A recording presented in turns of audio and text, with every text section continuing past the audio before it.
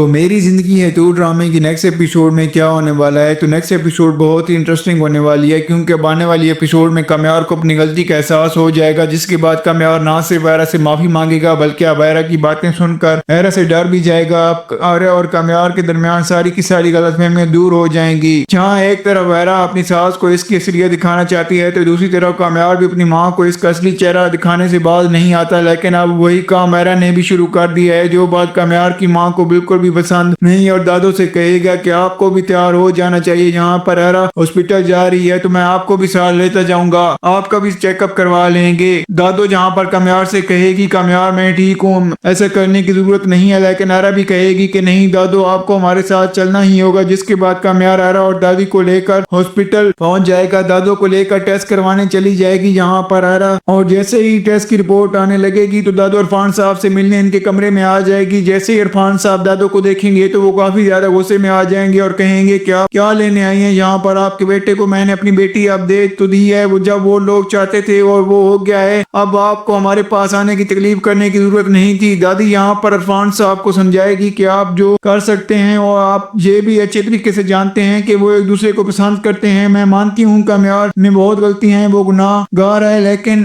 آئرہ کے اس کی زندگی میں آنے کے بعد وہ سدھرنے لگا ہے، بس آپ آئرہ سے اپنا رشتہ نہ توڑیں۔ جہاں عرفان صاحب کہیں گے کہ نافرمان اولاد سے رشتہ ختم کرنا ہی بہتر ہوتا ہے، جس طرح یہاں پر آئرہ نے ہمارے ساتھ جو سلوک کیا ہے اس کے بعد میں اس سے ابھی کبھی بھی قبول نہیں کروں گا، اس سے رشتہ رکھنا ہی نہیں چاہتا، اس نے میرا حکم نہیں مانا اور میرے ساتھ نافرمانی کی تھی، نافرمان اولاد اپنی اہمیت ہی نہیں ہوتی۔ اسی طرح اب آئرہ کی ہماری زندگی میں کوئی اہمیت نہیں ہے۔ جس وقت عرفان صاحب دادو سے یہ سب کچھ کہہ رہے ہوتے ہیں، آئرہ ساری کی ساری باتیں سن لے گی اور یہ سنتے ہی کہ اس کا باپ اس کے بارے میں کیسے خیالات رکھتا ہے، آئرہ بھی روتی ہوئی وہاں سے چلی جائے گی۔ آئرہ کو روتے دیکھ کر یہاں پر قمیار کافی زیادہ پریشان ہو جائے گا، اسے لگے گا کہ دادو کی طبیعت کافی زیادہ خراب ہو گئی ہے، جس کی وجہ سے آئرہ روتی ہوئی بھاگتی ہوئی چلی جائے گی۔ جہاں جیسے ہی قمیار دادو کے پیچھے کمرے میں جائے گا تو عرفان صاحب کو دیکھ کر وہ بھی کافی زیادہ حیران ہوگا اور دادو سے کہے گا کہ دادو آئرہ کو کیا ہوا ہے، آپ ٹھیک تو ہیں؟ وہ روتی ہوئی جہاں سے گئی ہے، آپ میں سے کسی نے اس سے کچھ کہا ہے؟ جہاں عرفان صاحب کہیں گے کہ میری بیٹی ہے، میں اسے جو کچھ بھی کہوں، تم کون ہوتے ہو مجھ سے یہ سوال کرنے والے؟ اور جیسے ہی یہاں پر قمیار جواب دینے لگے گا تو دادو قمیار کو پکڑ کر باہر لے آئے گی اور کہے گی کہ بس قمیار چھوڑو سب کچھ اور چلو یہاں سے، جس کے ساتھ رویہ اس کے ساتھ بہتر نہیں ہے، میں عرفان صاحب سے اس لیے بات کرنے گئی تھی کہ وہ آئرہ کو معاف کر دیں، اپنے واپس گھر لے جائیں، لیکن انہوں نے کہا کہ وہ آئرہ کو کبھی معاف نہیں کریں گے، تو جانتے بھی ہو کہ اس کی لڑکی کا دکھ کتنا بڑا ہے، اور جو اب تم اس کے ساتھ اس طرح کا بہیو رکھتے ہو نا تو قمیار تم مجھے بہت زیادہ تکلیف پہنچتی ہے۔ قمیار کہے گا کہ میں بہت کوشش کر رہا ہوں دادی کہ میں اس کے ساتھ ٹھیک ہو جاؤں، لیکن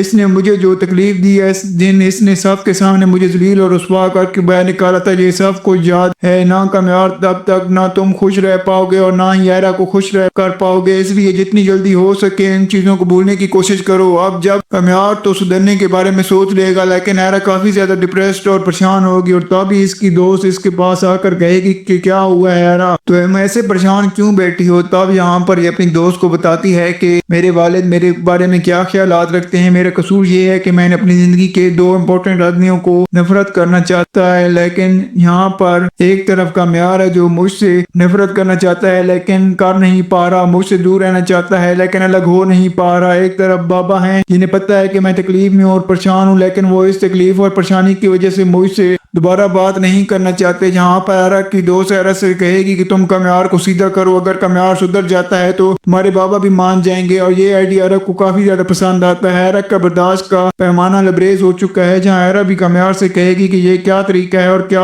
نونسنس ہے، تم نے روم کو ہی یہاں پر کرکٹ گراؤنڈ بنا دیا ہے، چلو تمہیں کوئی کام نہیں ہے، ہمیں تو ہے نا کام، ہمیں تو جانا ہے نا ہاسپٹل، ہمیں تو بہت سارے کام کرنے ہیں، تو اگر تمہارا رویہ ایسا ہے میرے ساتھ تو تم مجھے چھوڑ دو، میں اپنا کوئی اور بندوبست کر لوں گی۔ یہاں پر آئرہ بہت زیادہ بدگمان ہو جاتی ہے قمیار سے اور اس کے ساتھ لڑتی جھگڑتی ہے۔ تو دوستو کیا ہوگا، آپ کو کیا لگتا ہے، کیا یہاں پر آئرہ اور قمیار کے درمیان یہ بدگمانی ختم ہو پائیں گی یا نہیں؟ تو آپ کا جو بھی فیڈ بیک ہو ہمیں کمنٹ میں ضرور دیجیے گا۔ اگر آپ کو ہماری ویڈیو اچھی لگی ہو تو ویڈیو کو لائک کر دیں اور ہمارے چینل کو سبسکرائب کر دیں تاکہ آنے والی مزید ویڈیوز آپ کو دیکھنے کو ملتی رہیں۔ شکریہ۔